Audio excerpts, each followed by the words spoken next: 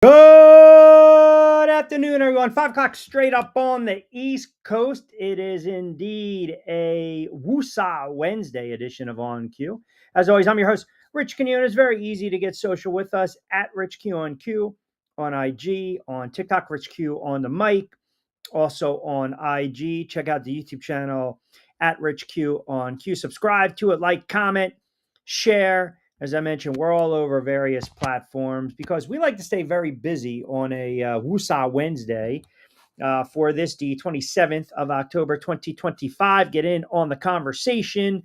If you are new to the show, we like to breathe a little bit on a Wednesday, right? So we pretty much try to handicap how fast or how quickly it takes the listening audience to get under my skin and I lose it. Now, on Monday and Tuesday, because of the debacles of the New York Giants, and then, of course, the inability of the owner to kind of grab hold of that franchise and start to just, behead, if you will, part of this coaching staff and fire Brian Daboll and defensive coordinator Shane Bowen. And maybe that's poor choice of words, but you know what I'm saying. I pretty much lost it. A little more calmer, a little more even keel on this Wednesday. NBA back in action last night. Thank God. Thank God the NBA is back. Obviously, we get set for the World Series, Dodgers and Toronto. We got week 8. Look, a lot of stuff going on in the NFL. How about my guy, Eli Manning, advancing in the Pro Football Hall of Fame voting? My guy, number 10, my two-time Super Bowl champ, two-time Super Bowl MVP. You got Russ firing back at Sean Payton. You got some issues with the Washington Commanders. And I'm telling you right now, we're going to have to start to take a really hard look at some of these teams and some of these quarterbacks who are absolutely brittle, and a lot's riding on their availability to be around, period. So the other thing I wanted to get into today was just a situation with Aaron Glenn, Jets head coach, and Woody Johnson, because it is a major issue going on right now. And we want to draw that fine line. We always want to draw that fine line. Okay, owners own the team, coaches coach the team, and players play. And Woody Johnson, who basically came out yesterday and destroyed Justin Fields, buried Justin Fields. I mean, there's really nothing more you can say.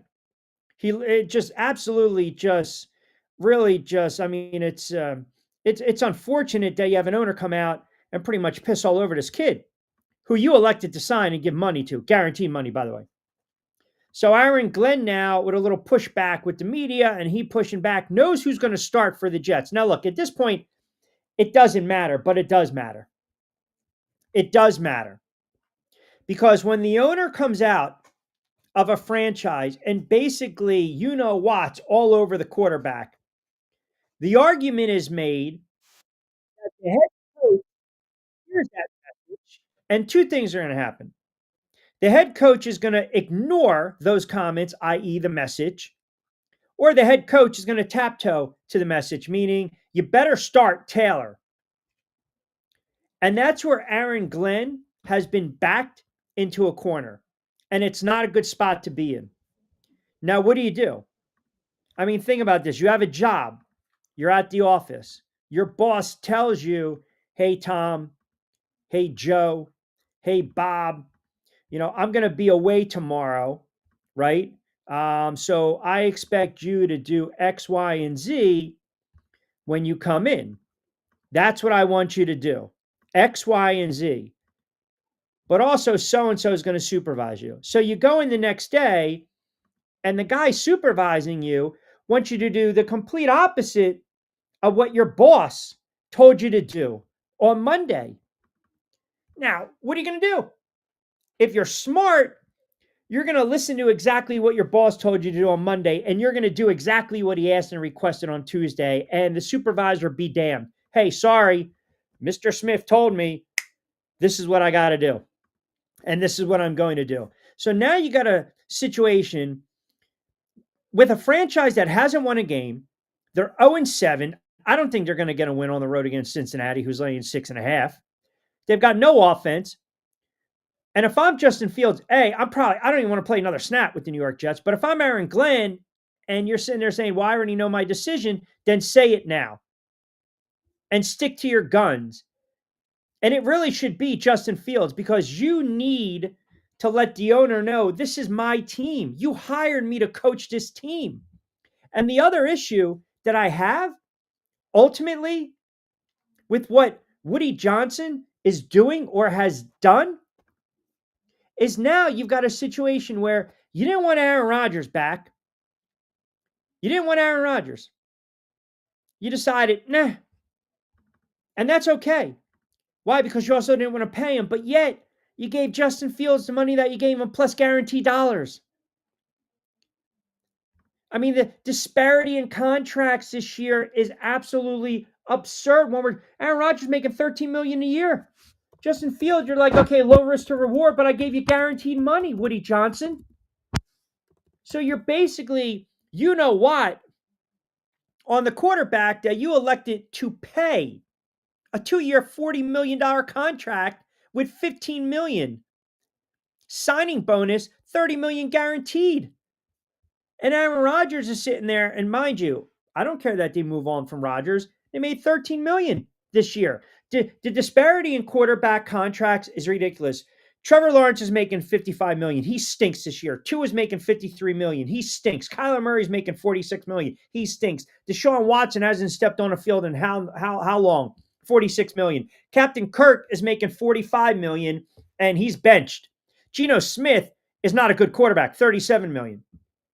And then you look at Darnold, fine, 33. Baker, fine, 33. Daniel Jones, 14 million.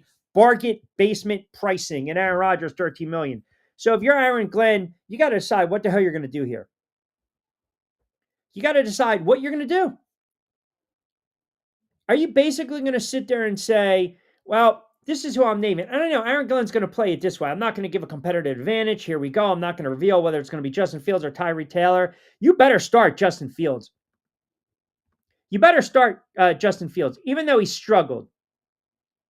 Even though he struggled, you better, because you don't want the players to know the owner's running the show. And that's the corner that he's been backed into. And that's the corner that the owner backed him into. You should not have an owner come out in the press and basically just body bag the quarterback that he decided this is the guy he wanted in the offseason. 7 games into his Jet career. It's a bad look. And by the way, talk about the quarterback issues right now going on in the NFL. If I'm a Commanders fan, I'm starting to get a little worried with the availability of Jaden Daniels. He's starting to be early on, and I get it, only his second year, pump the brakes, injury prone. Never a good thing. Never a good thing, because availability, accessibility, that's what we need. And he's not going to play. He's not playing on Monday against the Chiefs. Mariota's going to start. So I get it. The kid started 17 games last year. He was also sacked 47 times. He was banged around. He's only played in 5 games. That's got to be a little troublesome this year if you're a Commanders fan. You got the trade deadline right around the corner in the NFL. We're going to get into that. NBA tipped off last night. Might mix in a little NBA. By the way, did you see this story? Speaking of basketball, something I wanted to touch base on. So there's a story that, well, it's not a story, it's factual, but I don't know if you saw it, regarding Tom Izzo. And Tom Izzo basically came out and he's destroying the NCAA because, to allow NBA G leaguers to play college ball, which, I mean, come on, what are we doing here, right?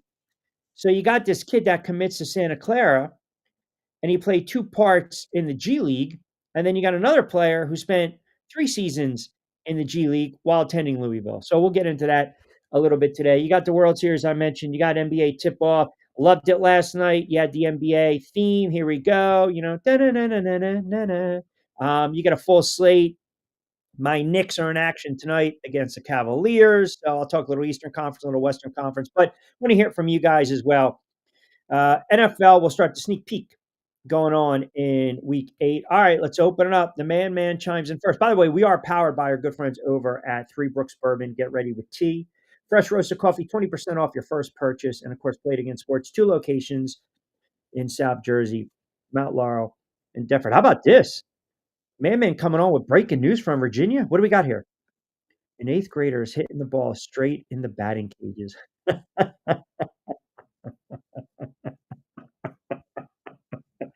No one cares.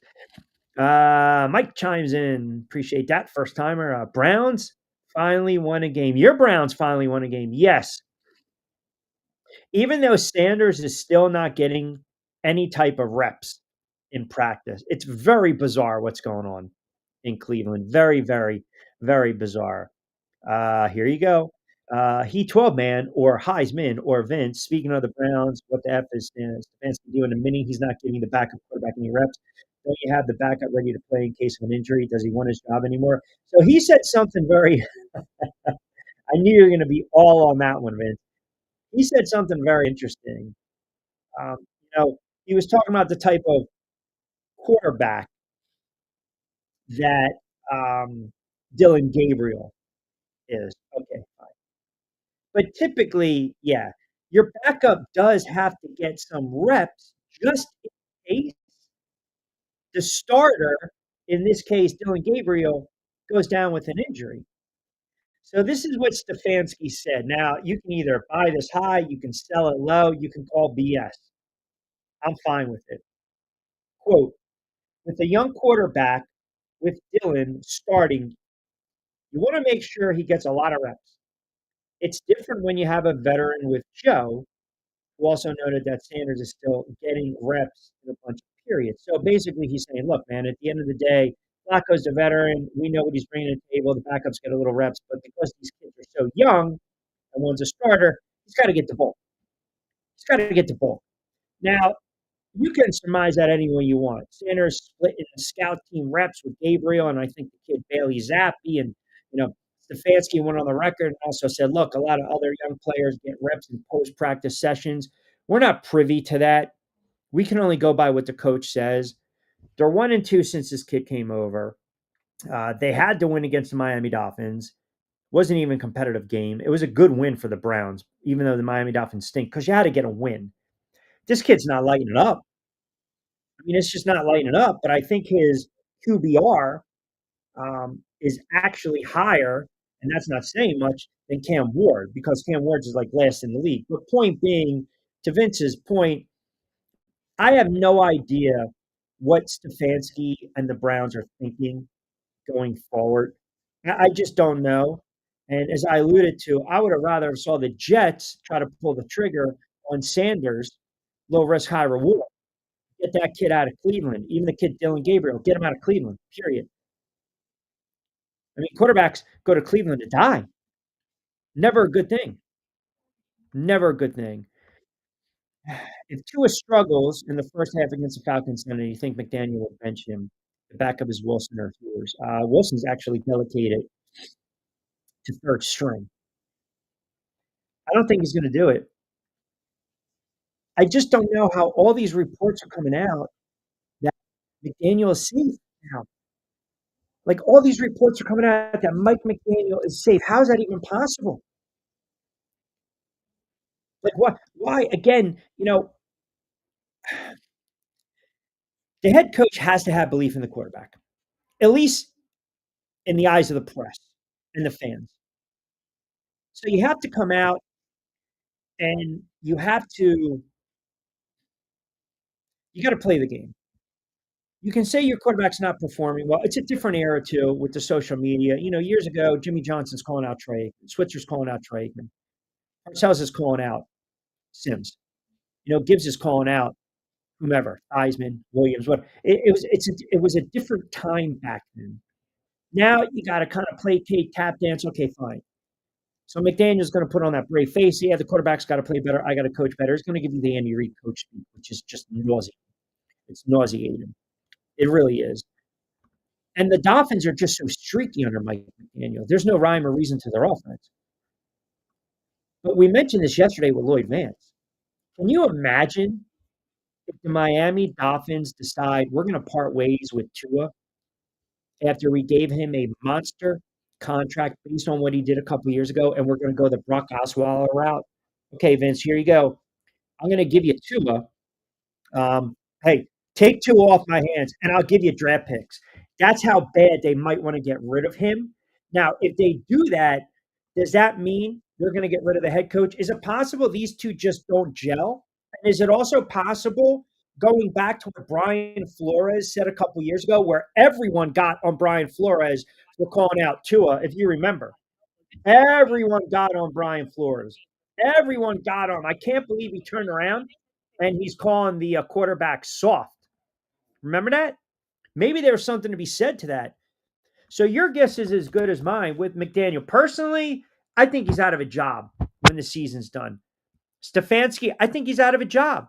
Glenn, right now, if this really goes south for the Jets and they're a 1-16, 2-15 team, and he really loses his locker room, he also might be one and done. And the verdict's still out on Brian Daboll after debacle last this past Sunday against the Denver Broncos. And I kind of go back and I've been toiling with this thought in my head. Losing stinks. You don't want to choke away games. But if they turn around and then go on the road and beat the Eagles, yeah, for historical references, people will certainly remember the game.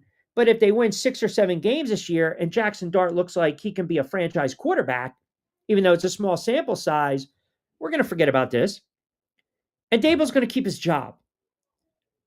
And that's where I'm conflicted. And I think some of these other GMs and some of these other owners are kind of conflicted as well. Miami Dolphins, it seems as though they're done with Tua, but maybe the head coach survives. Cleveland, your guess is as good as mine. I have no idea what they're thinking in Cleveland. Like, it makes no sense. And this argument, I was getting pushback from Browns fans the other day. So my argument was, does it really make a difference if, just from a draft standpoint, you go with the 4th rounder over the 3rd rounder or the 5th rounder over the 4th rounder? Why? He's afraid he's got to answer to the ownership group? At this point, what are they going to do? Fire him? If that's the case, they would have done it already. Point being is, if they continue to lose and you're really not getting any type of juice or spark from Gabriel, and you go to Sanders and the kid's not prepared, it's going to show. And that falls directly on the head coach. I don't care if his last name was Johnson, Sanders, or Smith. You got to back up. He's got to get some reps in during practice. He doesn't get the bulk of the reps. The starter does. But he's got to get some reps. He has to. I have no idea the game they're playing in Cleveland. I just don't. You and your Commanders fans should have started worrying in July when McLaren didn't report to camp, set the tone for the whole year. How does that set the tone for the whole year when the quarterback gets hurt? That's not a tone setter. That's just a ridiculous statement to make. That's not setting the tone. Players hold out. Emmitt Smith, Dallas Cowboys went 0-2 when he held out. They went on to win the Super Bowl. Just stop with the nonsense. You're a Washington hater. That's your problem. You're just a Washington hater. Look, they're 3-4. 9-10 wins is going to get you in. 9-10 wins is going to get you in. You don't like the quarterback? Fine. You think the quarterback's overrated? Fine.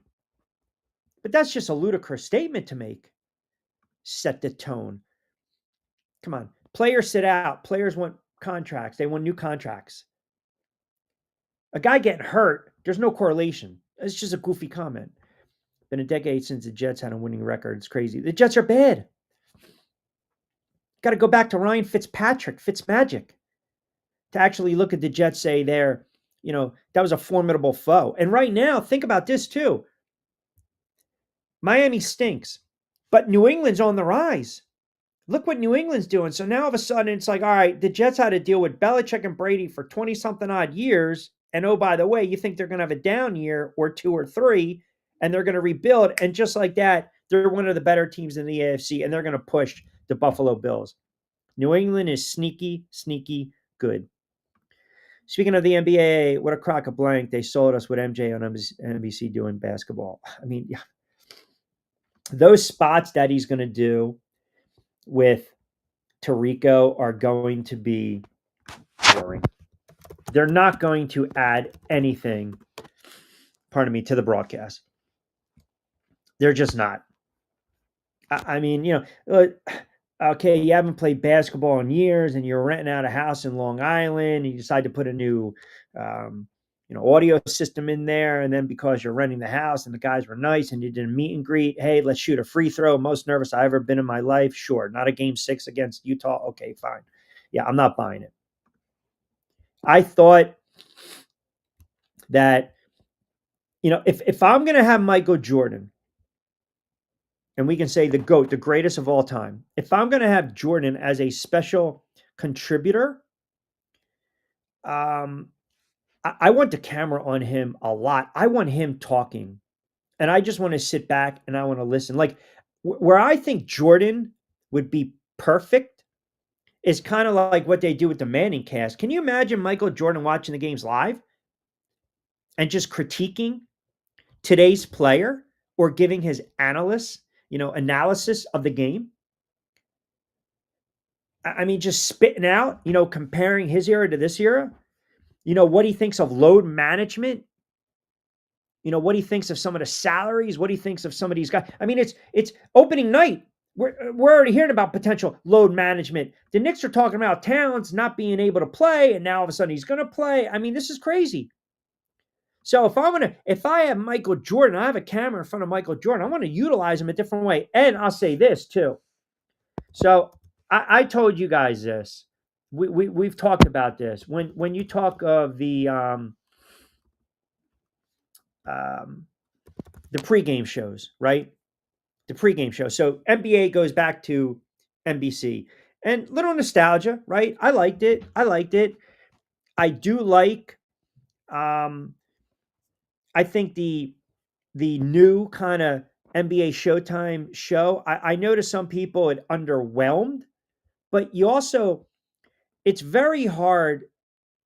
See, I think Mello and Carter can be really good analysts, and we're comparing it to Shaq, EJ, Kenny, and Chuck, and Charles Barkley, which is more of entertainment, and we've been so used to that. So, we ate burgers for a lot of years, and now you might try to feed me a steak, and that might be tough to do.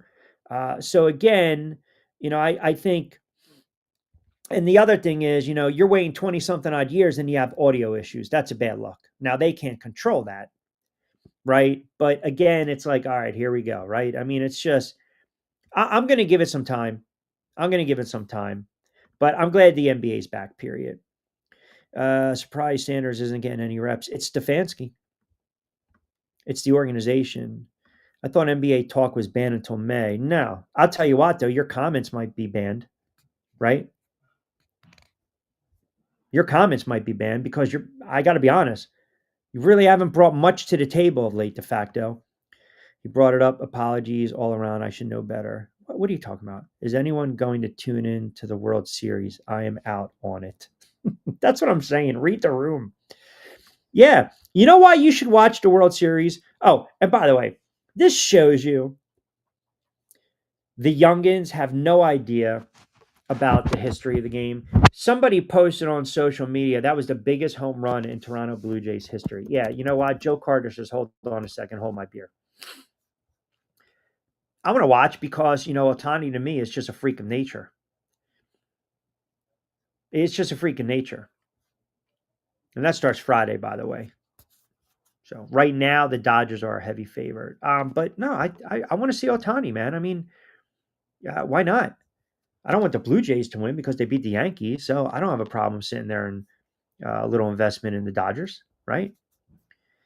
Flag on the play de facto, no NBA, then definitely no MLB talk, at least not till Friday. I mean, that's what I'm saying. Now, this is what, see, this is a perfect example. This is the perfect example. This is the problem I have with you goofballs sometimes. We don't allow the inmates to run the asylum. We just don't do it. We just don't. Didn't I tell you Tua stinks 2 seasons ago? You did. You called it. He stinks. He's not playing well. He's not a good quarterback right now. But again, there's a lot of that going on in the NFL. There's a lot of bad quarterbacking play going on in the NFL right now. And we're starting to see this kind of turn back the clock from some of these journeyman quarterbacks. I mean, I'll ask you guys this right now. At this moment right now, we're 7 weeks in the NFL season as we are staring down the barrel of a week 8 between the Vikings and the Chargers to start things off on Thursday Night Football. Right now, who is the NFL MVP? I'll throw it out there. See if you guys can pick it up. I'm throwing it out there. What do we got here? As far as I'm concerned, MLB talk can be banned until May as well. I can watch an Ohtani highlight the next day. But that's just ridiculous. You should worry about the Phillies, who, the little reports of rumblings that maybe Harper gets traded. Remember when Tua picked up the mic after he signed and said, "Show me the money"? Oh man, man. I mean, Carson Wentz is going to be the 30 for 30 on a drop off from a quarterback that was right there in the MVP conversation before he tore up his knee on the road against the Rams. But Tua, I'm gonna have to, there's got to be therapy on this, right? Explain it to me. Explain. Now, the argument can be made he got paid because of what he did and what the market bared. You can't dispute the fact, 4,600 yards, 29 touchdowns, and he was healthy. And we saw all these other quarterbacks in the NFL get paid. I'm telling you, quarterbacks make or break franchises. Quarterbacks will cost a GM and a head coach their job. And sometimes quarterbacks can save a head coach and a GM. Kevin C.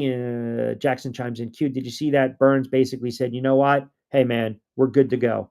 We're good to go.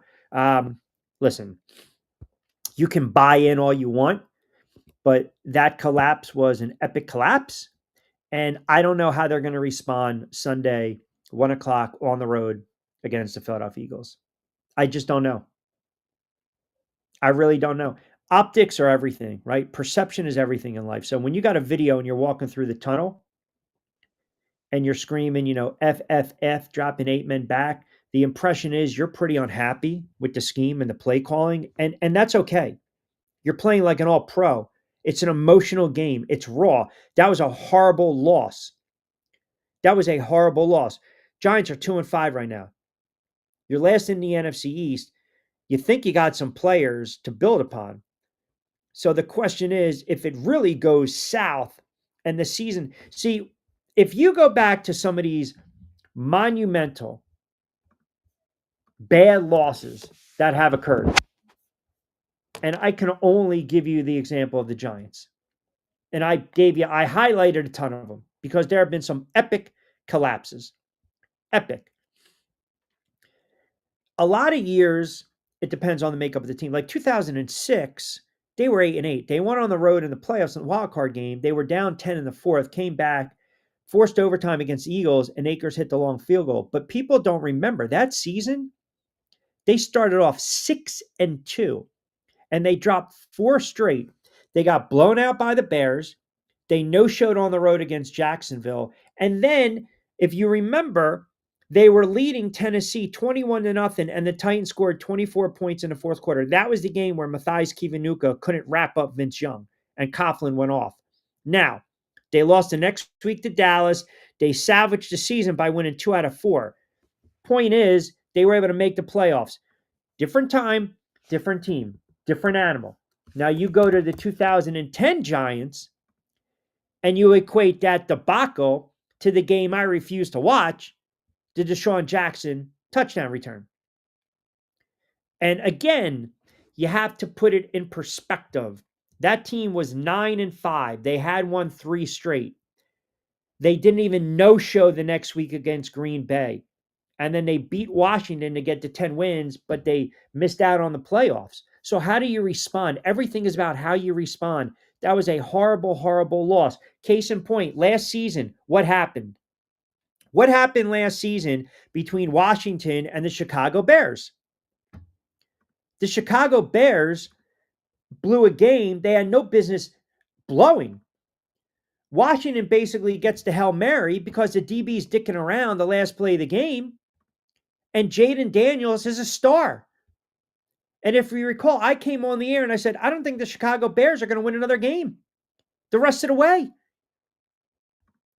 It's how do you respond? How do you respond? The Bears were 4-2. They were 1-2. They won 3 straight, and then the miracle happened in Washington. They promptly went on to lose against Arizona, New England, Green Bay, Minnesota, Detroit, San Francisco, Minnesota, Detroit, Seattle. Those games, aside from 1 or 2, they weren't even competitive. They weren't even competitive. They were 4-2, and then they dropped 10 straight. That is my whole point. So when Giant fans ask me, what do you think about Daboll? What do you think about this team going forward? How do they respond? I don't know. If they show up Sunday, if they play competitive football against the Eagles, and if they win, you brought back that equity, right? That showed the toughness. The coach had them ready to play. They're prepared. They were pissed off. They came in there in a hostile environment, a place, by the way, they never win, and they swept the defending Super Bowl champs, something they haven't done in probably 20-something years. You forget about the Denver loss. Okay, that showed me the moxie and the character and the guts of a young team and a coach who right now is on the hot seat. But if they go down the turnpike on Sunday and you go outside for a smoke or a drink or grab something to eat or a cup of coffee and you come back, it's 17-3 after 1 quarter, they are going to get blown out. And if they lose a game 35-10, 38-16, and they look ill-equipped, ill-prepared, non-competitive, then I'll say this right now. On a Wednesday, if that's the showing I get on Sunday, get rid of the head coach. Get rid of the head coach because I don't want any part of it. And I can say that about these other teams. Same thing with Miami.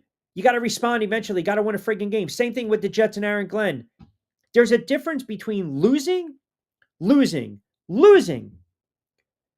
and being competitive. And then showing up and not being competitive. Like I can show up to work, but I'm not working. And that's the problem. That's the rub I have right now.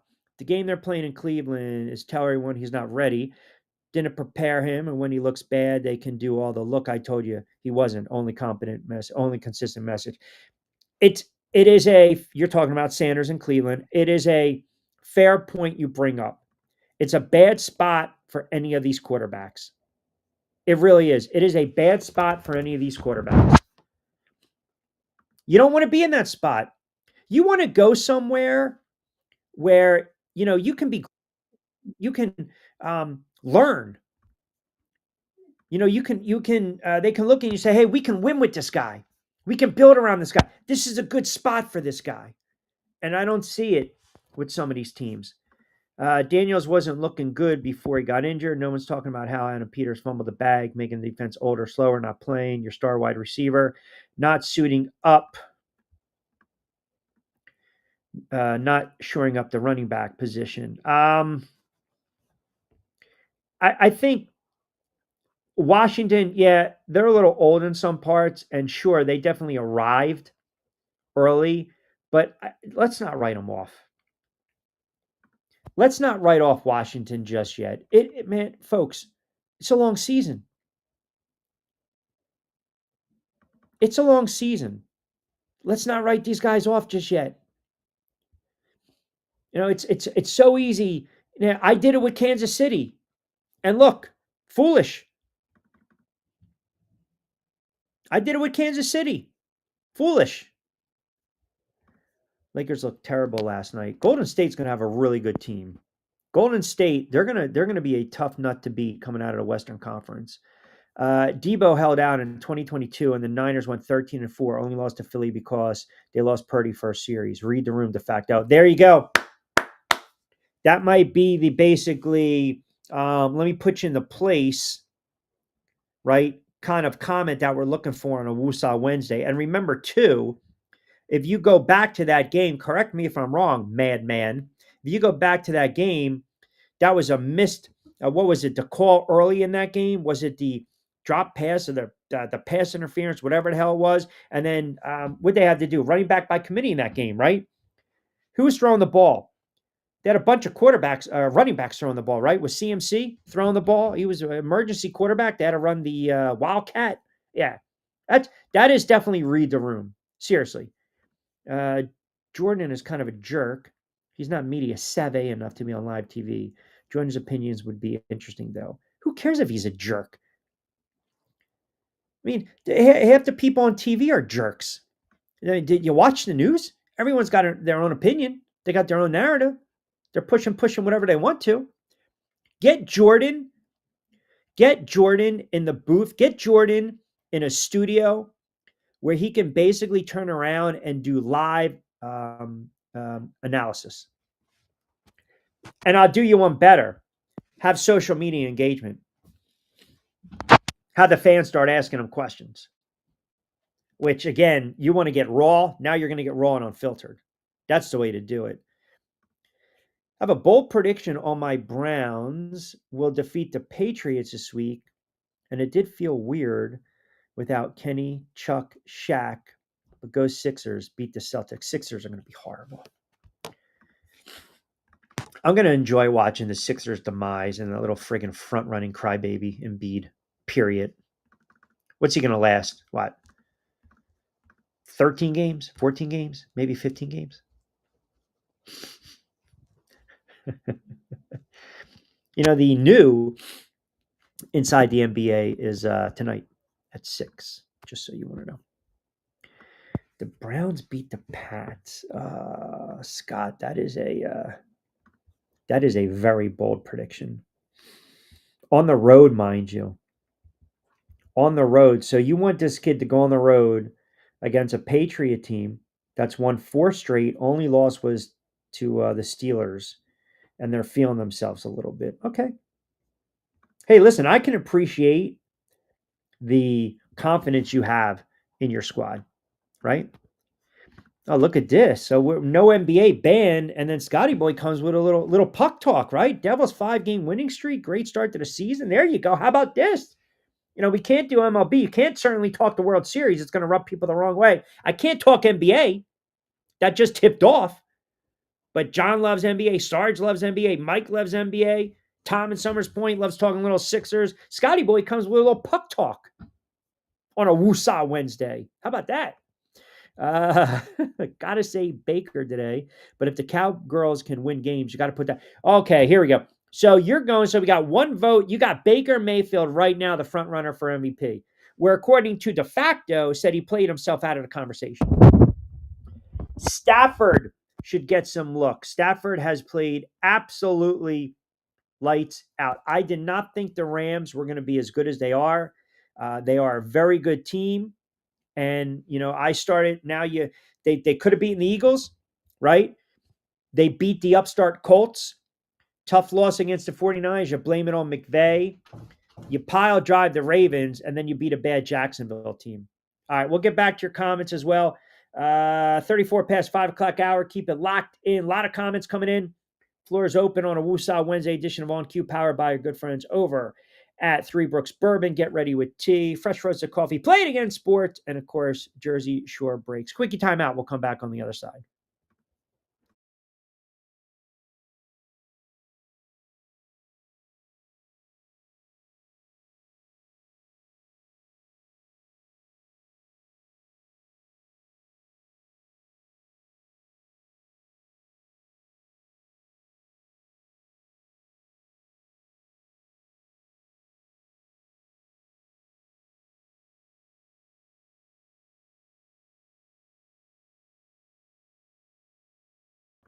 All right, I want to remind everyone we're brought to you by our good friends over at Play It Again Sports, 2 locations. Don't forget, save some dollars and cents. Make dollars and cents of it. 1450 Clements Bridge Road. They are open 7 days a week. Use sports equipment and more. They also have the new store over in Mount Laurel as well. Let's get back to your comments as well. Early on, MVP in the NFL. Who do you guys got? De facto says Mahomes, who's quietly put together a really nice year. You know, we were talking about Mahomes and how they don't have a rushing attack, and he's been doing a lot on his own. Now you bring back Rice, you open up the field with Kelsey. Here you go. Stafford is a good choice, but due to all the injuries the Bucks have suffered on offense, I give it to Baker. I don't even know. I didn't even know Tez Johnson was on the Bucks. Not sure Baker did either.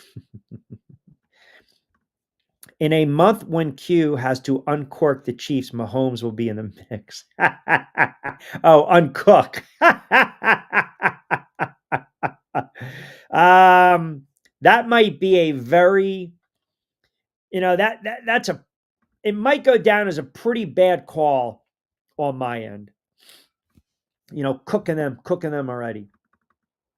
Hey, listen, all I can tell you is this. Kansas City's Kansas City. I still don't believe they get back to the Super Bowl. I don't. I really don't. I think you're going to have another team coming out of the AFC. Fireside G-Man chimes in. Q, let's be honest, is our guy Jackson Dart the real deal? Denver thought so. How about Vic Fangio? Really nice comments. Very complimentary of Jackson Dart. Sean Payton took a little shot at Russ, which I thought was kind of funny. Those two did not like each other. And if you recall, when Sean Payton took over, after they got rid of, who was it, Hackett, which was a debacle. And I still maintain Russell Wilson's career really went downhill. Signs that contract with Denver. First game of the season, I think it was against Kansas City, 4th and short. They elect to go for the field goal. They took the ball to Russell Wilson's hands. And then when Sean Payton came into the picture, it was, no assigned parking. But Payton basically said, man, I wish the Giants would have, waited after we played them to start Dart or to play Dart, which is a shot at Wilson. And Wilson comes back and starts talking about Bountygate. I mean, those two were basically pissing in the wind. Go figure, right? Dart, he looks the part. He's acting the part. He's still going to play like a rookie, right? Scotty chimes in. Q, let's be honest, he's got the worst supporting cast in football. It's the toughest SOS of any quarterback, and yet he was a backup kicker away from beating playoff teams in Philly, Denver, and LAC. So listen, they beat the Eagles. They beat the Chargers. And again, they should have beat Denver. This is not apples and oranges. Stop. This is not Daniel Jones anymore. Okay? That dog's not going to hunt. Daniel Jones might be playing himself into a monster contract again. God bless him. That's good. With Indianapolis. So you got to keep it in perspective, man. Rookies play like rookies. And I give you the Saints game. Scatterboo, again, wasn't holding on to the football. Fumbles a football, it gets returned for a touchdown. Dart has a couple fumbles, a bad pick. Then you come back, you ball out against the Eagles, right? I still maintain if I have a rookie, and by the way, Graham Gano designated to return and we'll practice, go figure. But if I have a rookie quarterback, I'm all about, I want to see if that rookie quarterback can play in the NFL. And it's always about, let me see him sooner rather than later. And when we talked during the offseason after the draft, I said, give it a couple games. You brought in a bridge, but they're not the answer. Some teams can get away with it. There are other teams that decide we're going to try to bring in a reclamation project or a bridge quarterback. It doesn't work out. It just doesn't. There's sentiment now that Pittsburgh wants Aaron Rodgers to return for another season. Truth serum, Woody Johnson and the Jets, did they want Aaron Rodgers back? Aaron Glenn didn't. And it was kind of a prick move to make the guy fly all the way out just to tell him that. You could have that conversation on the phone, right? Devontae Smith catch where all of a sudden the expedited replay wasn't working for Shanahan. Yes, that changed the whole complexion of the game. No, Steve Martin's jerk. You want to talk 1979? Classic. One of my all-time favorites, right? Chino, I was wondering where you were. I was thinking about this on Monday. I said, "Where is my guy Chino?" And I don't know. We were going to do a wellness check. Q, sorry, my man had to take a break from sports after that Giants collapse. I understand. I get it, but you did a good thing. You did a good thing. You chimed back. You took the medicine, and like the guys in the foxhole, we just we keep going. Stephen A is the worst of all. Who knows if you're going to play solitary this year? Edgecombe is the truth. I'm very, very interested to see this kid. Yes. Yes. I mean, he's got some talent, man. I get it. You guys don't have to be fanatical hoops like I am. There's nothing wrong with that. But I always say this. I even had this conversation with Jonathan Marshall. When do we really start to get in the NBA? Right around Christmas time, because you're about 25 plus games into the season. You kind of know, you kind of get an idea. But I'm going to tell you right now, Orlando is going to be a very good team. Miami's going to be better. The Bulls are going to be a little better. Detroit is starting to come around. Like, I still believe the Knicks, and I don't like the head coach, and I didn't like Tibbs, and I don't like Brown. The Knicks are going to win their 50 something odd games. They are. Western Conference is compelling, man, because I want to see what the hell is going to go on with Houston. Obviously, they lost last night. The Lakers, obviously, they lost last night.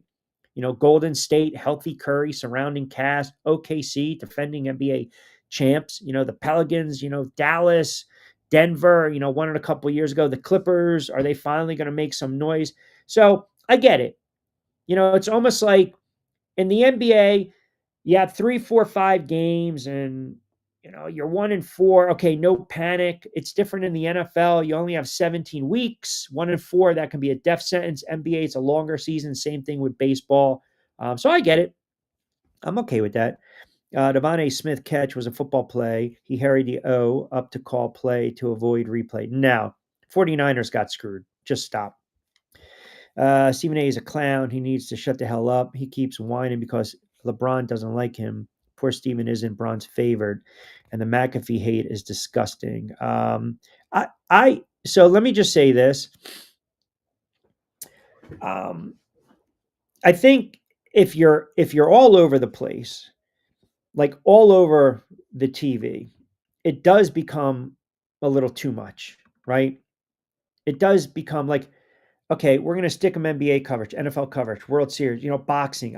Come on, you don't know the sport, right? You got the radio show. Now you're doing all the politics. Hey, man, you're getting paid. Have power to you. You're doing the network shows, the daily shows, the afternoon shows. You're doing your spots all over the place.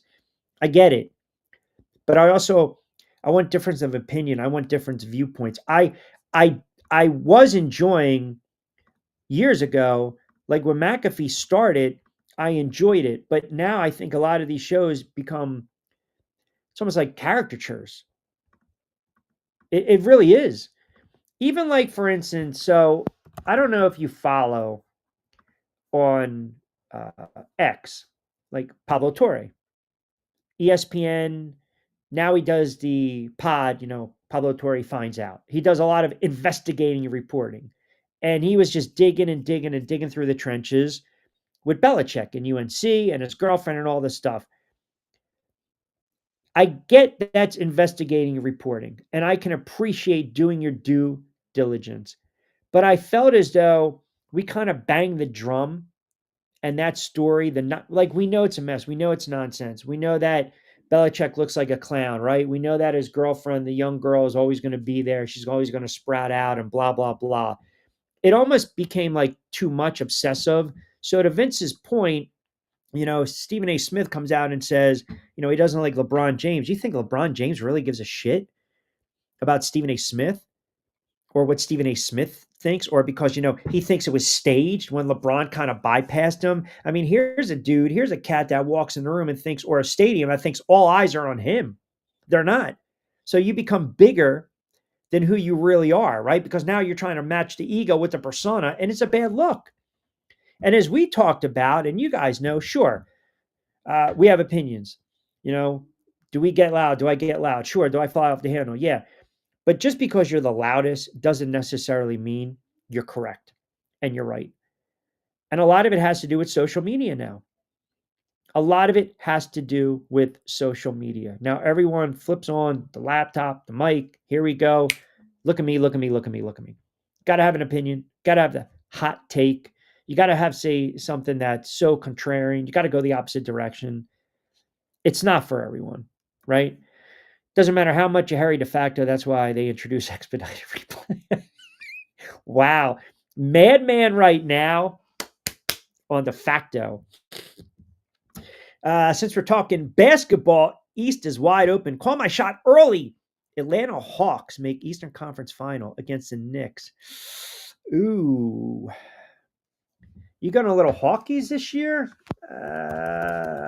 Because you're probably a Trey Young fan, right? Good player. He's a good player. I haven't really looked at the odds. I mean, we know who the short odds are for NBA for the title, obviously, right? We know the short odds. I mean, let's again, Oklahoma City, they are a very heavy favorite at plus 260. Denver comes in, Cleveland. The Knicks are sitting at plus 850. The Lakers plus 1400. I mean, they're 15-1. I'm not seeing it. I'm just not. But the Thunder come back and they got pretty much all their core players. Now, what's going to be interesting out of the Eastern Conference is what Milwaukee does with Giannis. And Boston loses Tatum. Indiana loses Halliburton. The Bucks lost Lillard, right? And now all that, trade speculation with Giannis. So certainly see how it plays out. Huge fan. Oh, I'm a huge WWE guy. Pat McAfee is such a fun guy to listen to. Ever since he started doing WWE, I watched his show, and he's so entertaining. Yeah, I listen. These guys entertaining first and foremost, right?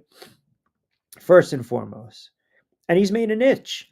Remember, too, everyone kind of criticized him.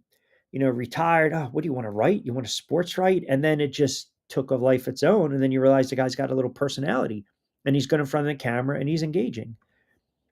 Speaking of being the loudest, I wonder if the bunker is soundproof.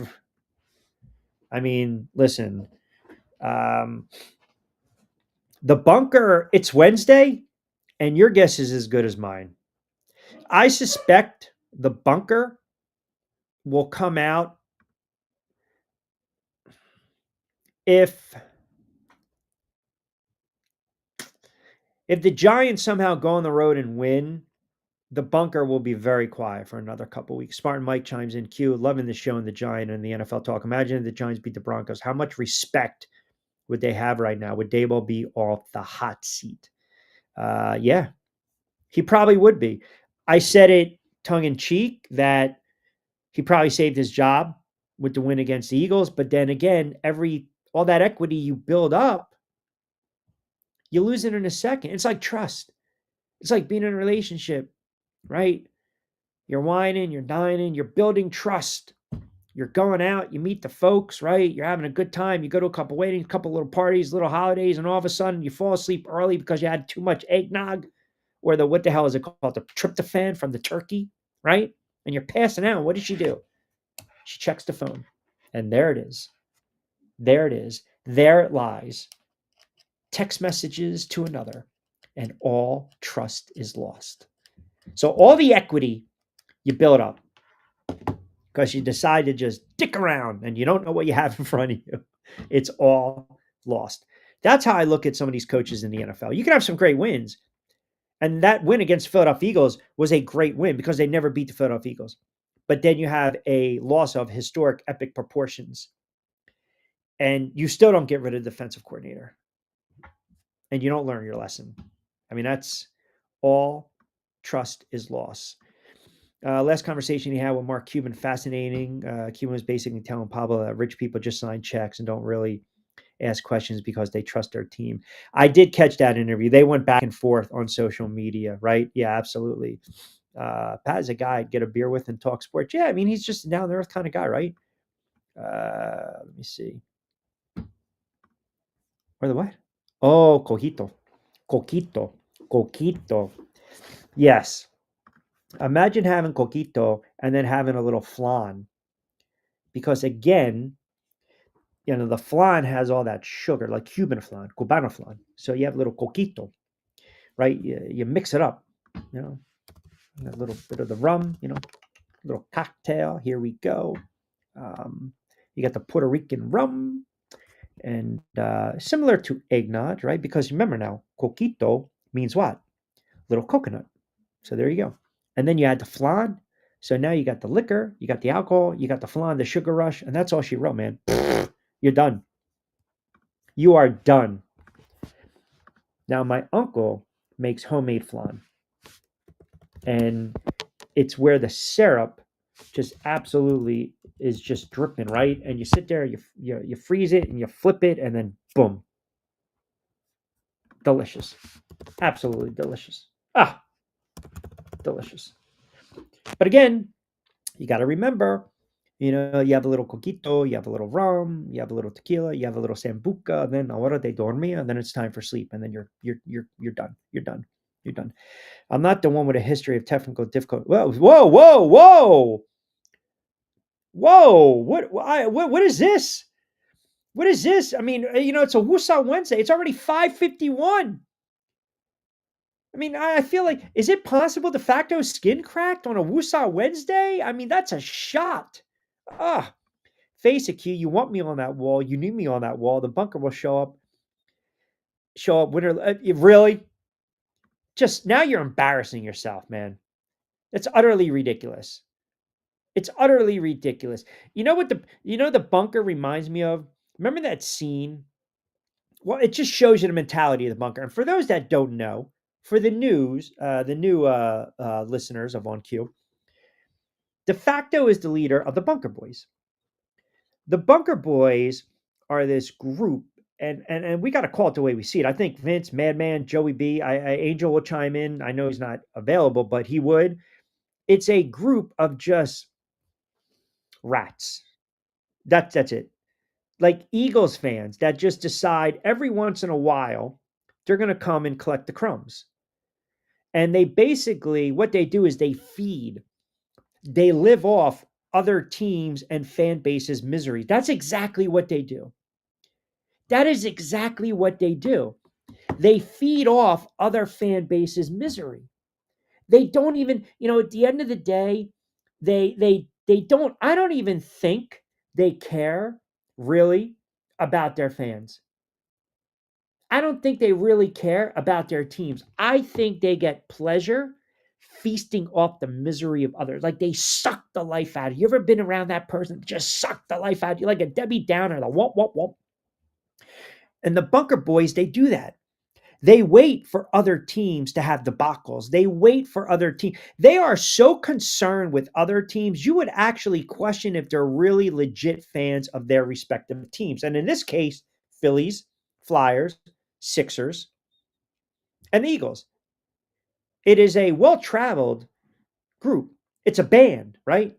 And like I said, you stick them and they run their tunnel, and here we go. And I'm telling you, man, like they feast off of the misery. So obviously, I come on the air on Monday, and the Giants give up 33 friggin' points in the fourth quarter in a game they had no business losing. 17,000 games in the NFL, nothing like that's ever happened.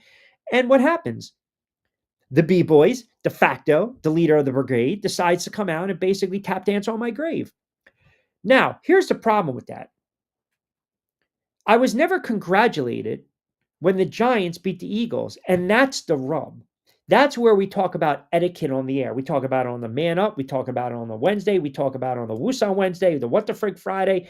It's a give and take. It's a two-way street. So if the Eagles were to go and beat the Giants on Sunday, I have no problem coming on and saying congratulations for the win. But can you do me a solid? Can you be a gentleman and turn around and give me a little credit? Maybe say congratulations, Q. Hey, good game, Q. I hope everything's going well, Q. Hey, the Giants won. You should be happy. Hey, why not post some videos and pictures of the dog and Giant gear? I'll do it. But just give me that respect, and you haven't been able to do it. And don't come at me with technical difficulties. Don't do that. You will get buried. Even though he most likely win Offensive Player of the Year, I think Robinson should get a nod for the MVP. I'll tell you who's not Saquon Barkley. My goodness, his numbers are just putrid. All right, this is where we're at. Offensive leaders: Justin Herbert. Let me see here. Sometimes I gotta just make the picture brighter. That's what happens, guys, when you get old. Justin Herbert, 1,900 yards. Prescott, 1,800. Stafford, 18 and change. Mahomes, 1,800. Daniel Jones, wow, is fifth in the league in passing yardage. That's a crazy stat. How about Jonathan Taylor? If we're going to go Robinson, why not Jonathan Taylor? Jonathan Taylor's got 700 rushing yards. Let me see what Robinson has. Let me see. Jonathan Taylor, 697, and he's got 10 touchdowns. Robinson, 524 yards, 5.4 yards a carry. Taylor has 5.3. He doesn't have a lot of touchdowns, but that's, again, I know sometimes that's not a player's fault. Wow. Saquon Barkley is 23rd in the NFL in rushing. I mean, wow. Passing.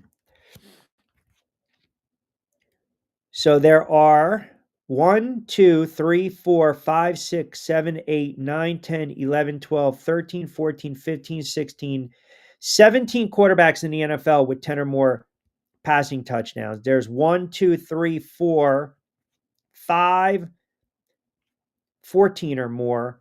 And right now, Stafford has 17 touchdowns, 2 picks. He's thrown for 1,800 yards. His quarterback rating is 96. Dak Prescott, 1,800 yards, 16 touchdown passes, 3 picks. He hasn't been sacked.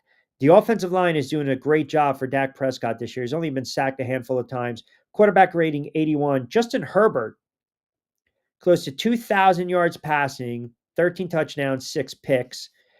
Mahomes, 14 and 2.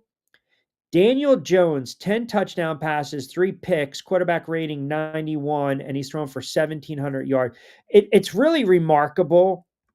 Like, there's going to be a 30 for 30 on Daniel Jones, it seems. Daniel Jones is on pace to throw for 34, actually close to 4,000 yards. He's never thrown for more than 3,200 in his career. And the most touchdown passes he ever had, it's his rookie season, 24.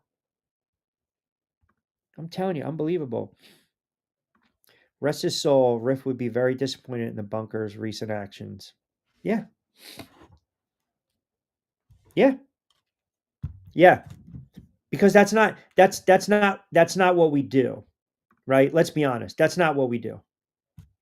That's not what we do. See, this is BS right here. If the bunker boys didn't give you your flowers, that was an oversight. Oversight my ass. You decide. It's rat-like behavior. That's it. It's rat-like behavior. That's all it is. Man, I just said that to myself. No lie. Rick was correct. It would pain him to say it, but he would do it. Robinson has receiving yards a lot for running back. You know what? I thank you, Scott, for pointing that out to me. Let's double check. Let me see his numbers. Robinson right now. He's got 524 rushing yards, almost 400 receiving yards. Wow. So if he goes over 1,000 yards, if he rushes for 1,400 yards, and he might have 600, 700 receiving or 800 receiving yards. Wow. That's kind of what Saquon did rookie season. That's not bad. That's not bad at all. He's a great running back. Really great running back. Tom D in Summers Point chimes in. Q, what are you hearing on the latest for trades? I mean, it's going to be. I think it'll be quiet in this regard. I believe the Jets will be sellers. Now they've said they're not going to trade Breece Hall. They're not going to trade Garrett Wilson. It doesn't help that the owner basically scorched the quarterback.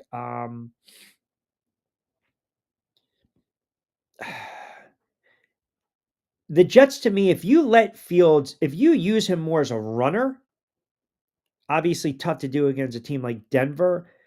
I think that'll open up the playbook a little bit. They're not going to win many games, but I don't need him sitting in the pocket. I just don't. I don't. I'll tell you though, I think the Jets might try to trade Johnson, their edge rusher, their corner Carter. I don't think they want to trade Brees Hall. I don't. Now the Chiefs, to me, they're going to be active. They're going to be active. I mean, they always go out and get an offensive piece, an offensive weapon. I think right now, these guys, the core, if they could kind of stay healthy, I think they got to, here's where you're looking for the Chiefs an upgrade. I definitely see it on the offensive line. I see it on the offensive line. I think you got to do something on the offensive line. I remember they're dealing with some injuries. You got Smith, you got the injury to the right tackle too, right? Taylor. I know they're kind of minor, but you want to keep Patrick Mahomes upright. They might go for another edge rusher. The Dolphins, I also feel that they are going to sell off. Um, they're going to do it. Now, I think what Miami does is kind of similar to what we saw Washington do. Remember, everyone made a stink when Washington traded Chase Young and Montez Sweat a couple years ago. Oh my God, do you remember that? Everyone was like, "What the hell are you doing?" I mean, it's crazy to think that Montez Sweat has already been in the NFL almost 6 years, 7 years. What's this? His 8 year? Let me see. 1, 2, 3, 4, 5, 8 years. Wow, and he's never really lived up to the hype. He really, I mean, look, I know he's a late first round pick, but I think that's the route that Miami might go. Rip was the only associated bunker that took his L like a man and faced the music, but he was also relentless when he won. Yeah, but see, there's, you know, uh, both can be true, right? As I mentioned, because a lot of people want to know why the bunker boys are like they are. I can't explain it. We don't have time to do a therapy session. All we want as a fan base, when you defeat another team, like for instance, Michael, who typically chimes in, Bronco Ball, showed class. Good game, Q. Good game, Michael. That's class. Because if the Giants would have won, he would have basically came on and he would have gave me my flowers. Now, the madman is a diehard 49ers fan. Now, everyone kind of thinks I'm on the corporation payroll, which is not true. It's going to be very telling to see how everything kind of progresses in 2 weeks when the Giants and the Niners play. But I have a feeling because of the type of guy that he is, madman, if the Giants win, we'll say congrats. If the 49ers win, which we expect them to, I'm not going to spite pick, I'll say good game. Because that's what guys, gentlemen do. That's what they do. For some reason, Cleveland radio seems to think they have a chance to trade for Garrett Wilson. I feel bad for Garrett Wilson. He's a good wide receiver. These franchises, like, okay, let's do this. He said good game. He literally said good game the other day, multiple times. He said good game. He said that was a tough L. That was a tough loss, but good game. He literally said you guys are coming. Yeah. Yeah. Do you want to go and check the friggin' tape because you're so concerned with everything else? I mean, it only took you an hour and 3 minutes to start to get under my skin on a Woosah Wednesday de facto. Is that where we're going? And let's be honest, too, calling games till 4 or 5 in the morning, they're finally dipping through the fresh cup of fresh roasted coffee. I mean, it's already what, 6 o'clock on the East Coast, starting to wrap things up. And you decide, you know what, let me poke the bear a little bit. Garrett Wilson, that poor kid, he's stuck in a tornado up in North Jersey. Bad. Bad. I bet you he's looking for a little charity. Huh? A little charity. That's a bad spot, man. They explain this to me. The owner absolutely destroys the quarterback. The same quarterback that he basically said, hey, let's pay him. Kurt chimes in, Q, has any player ever won the MVP and comeback player of the year in the same year? Ooh. That's a great question. I think Peter did Adrian Peterson, what year was that? 2011, 2012. Didn't Kenny Anderson win MVP? I think Kenny Anderson was a comeback player of the year too. Ooh, that's a great. Let me check there. A lot of people think Ken Anderson should be in the Hall of Fame. Can you imagine Daniel Jones comeback player of the year? Kenny Anderson won the MVP in 81. Did they have a comeback player of the year then though? That is a great, great question. I don't think Daniel Jones is going to win MVP, but Daniel Jones is going to be comeback player of the year.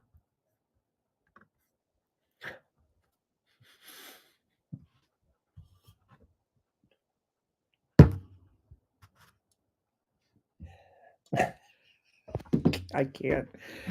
I can't even have a cup of coffee and enjoy myself. I really can't. No, the answer is no.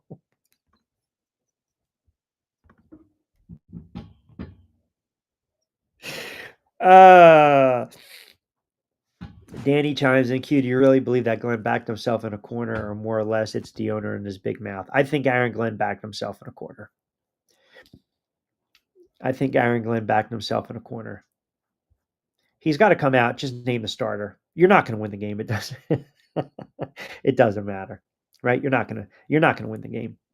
All right, got to start wrapping up. By the way, new edition, Back Your Play, that'll be dropped this week, and you can also get that on Apple, Spotify, podcast.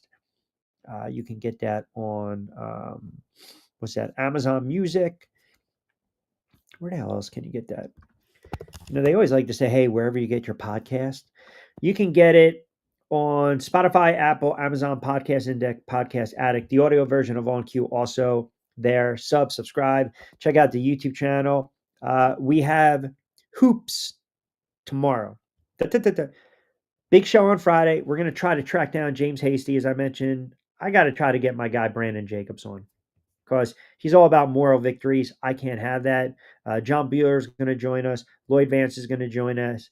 Nick's going to catch up with me next week. We might do a short version of On Cue, a little college football talk as well. But we will be back in the saddle Friday. Very busy show. No banker hours, no technical difficulties. I mean, it's amazing too. I think Madman can attest to this, and Scott can attest to this, right? That the bunker de facto has his little comment, and then all of a sudden, they jump off. Oh, I did complete task. I thought it was fantastic. I'm not going to ruin it. I'm not going to tell you how it ended. I think it's only one season. I thought it was phenomenal. 7 episodes, about an hour each. It's, if you don't know the premise of it, Mark Ruffalo is a FBI agent in Philadelphia. They actually mentioned Delco a couple times. It's funny, and it's phenomenal. It's phenomenal. It's a very good show. It was wonderfully written, wonderful character development, great acting, really good show. Really, really, I enjoyed it. I really did. It wasn't too over the top, but it was very raw. And I think the one thing about shows like that is if you become invested in the character, even if the character is like the bad guy, or the protagonist or the good guy, it's all about the writing. And Mark Ruffalo is a great. He's a great actor, man. Ah, he's phenomenal. I think he's so underrated, but it was a very, very good show. And I was reading too.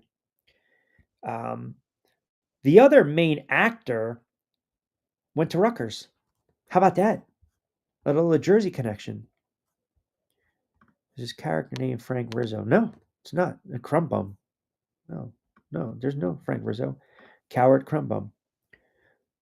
Ruffalo should have the Delco accent. He does not. 3 to 4 star. Are you kidding me? You know what? You know who's a half a star? You. How's that? You're a half a star. You're not even a half a star. You're like a half a morsel of cheese. What a little rat that you are. How about that? 3/4 stars. He was fantastic. He was such a torn character, man. And he just, he tried to just turn it around, right? I mean, it was amazing the character arc and then how they intertwine. Great show. Got to catch up on Tulsa King, and I'll give you another show. Butterfly is a very good show, and because I have a ridiculous crush on Maggie Q. Oh, phenomenal. Ballard. I love Maggie Q. Watch Ballard. It's phenomenal. It crosses. If you watch Bosch and then Bosch Legacy, Ballard crosses in. That's a lot of these shows now are going to cross over. Like I think Bosch is going to intersect with the Lincoln Lawyer, which is another very good show. I got a list. I got to get my shows banged out. So, um, Q, did you really call one of your listeners a morsel of cheese? I did. All right, so good stuff from the commenters and the new peeps chiming in. Always appreciate it. Busy show on a Friday. Don't forget you can catch us on demand. Also, Friday we will drop another edition of Tropical Bets Ahora, which you can catch on channel 82 if you happen to be in Bermuda, but BYP on NY48 WWON, and we are talking about getting on Q on the channel as well on New York 48. So good stuff from you guys. Enjoy the NBA. You got the World Series on Friday. We'll preview it. We'll recap Thursday Night Football. We'll look ahead to Week 8, all the games in depth and the betting lines, and we'll see if we can track down James Hasty as well. On Friday's show, John Bueller, Lloyd Vance, busy show. You guys as well, 4 to 6 on a What the Frig Football Friday edition of On Q. As a reminder, we're brought to you by and powered by our good friends over at Three Brooks Bourbon. Fresh roasted coffee, get ready with tea, Jersey Shore breaks, and play it again. Sports. Everyone have a wonderful Woosah Wednesday. Have a good Sports Wednesday. We will be back in the saddle on Friday. As always, be safe, be sound. Thanks for tuning into this edition of On Q. I'm Rich Quinones. Hasta luego, mi dia.